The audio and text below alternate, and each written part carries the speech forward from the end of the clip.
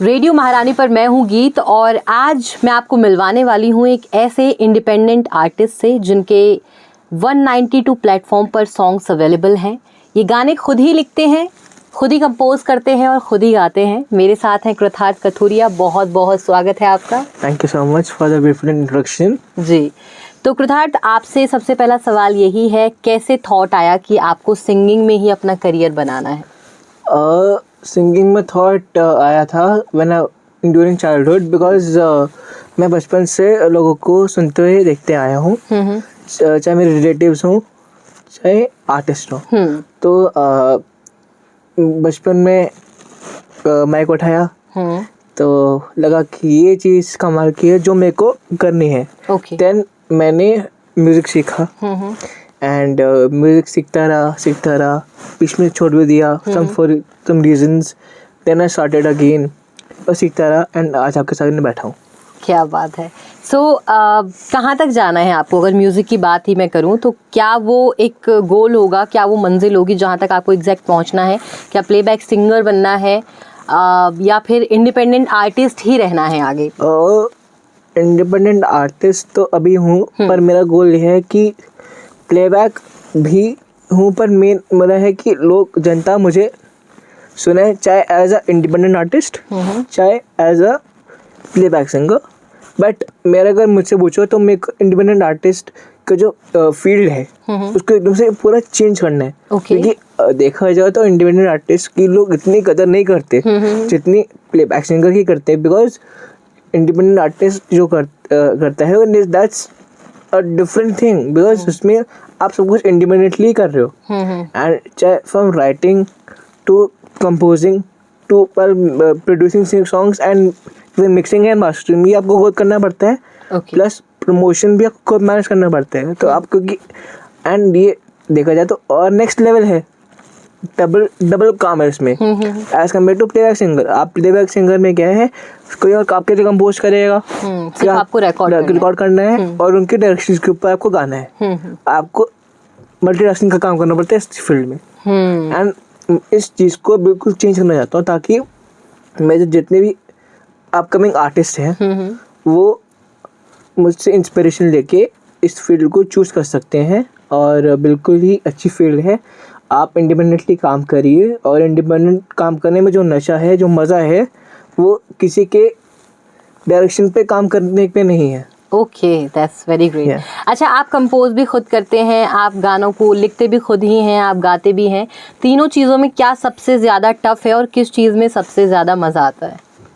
सबसे ज़्यादा मज़ा तो तीनों चीज़ों में आता है, बिकॉज तीनों चीज़ों को आप अलग नहीं कर सकते। तीनों म्यूज़िक का एक पार्ट है, राइट।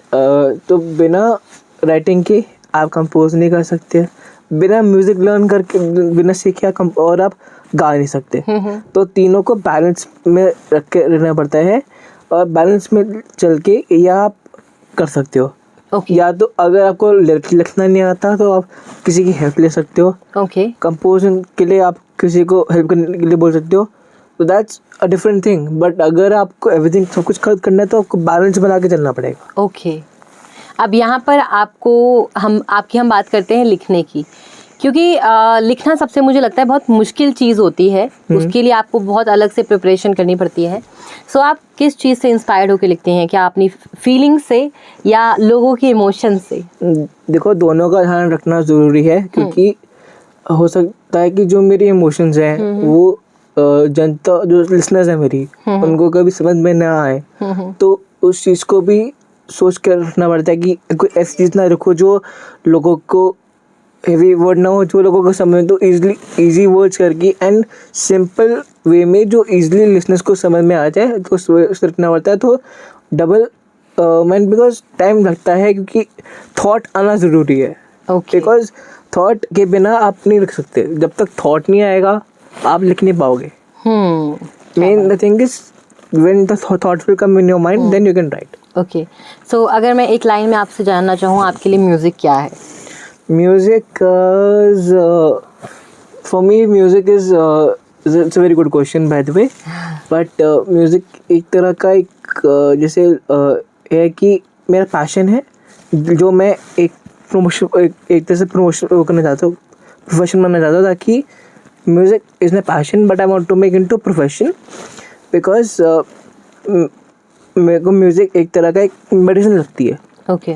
लाइक जैसे पहले कहते थे कि म्यूज़िक ना थेरेपी की तरह काम होता था, और आज भी मैं कहता हूँ कि म्यूज़िक एक थेरेपी है।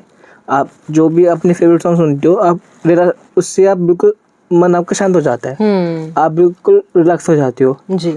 तो it's like a medicine which helps me while in my growth and music is my love, एक तरह का it's my partner। Okay, Yeah, that's very yeah. Great. So all the best आपके music career के लिए। तो जाते जाते हमारे जितने भी व्यूअर्स हैं उनको क्या मैसेज आपका होने वाला है आज रेडियो महारानी के स्टूडियो की तरफ से?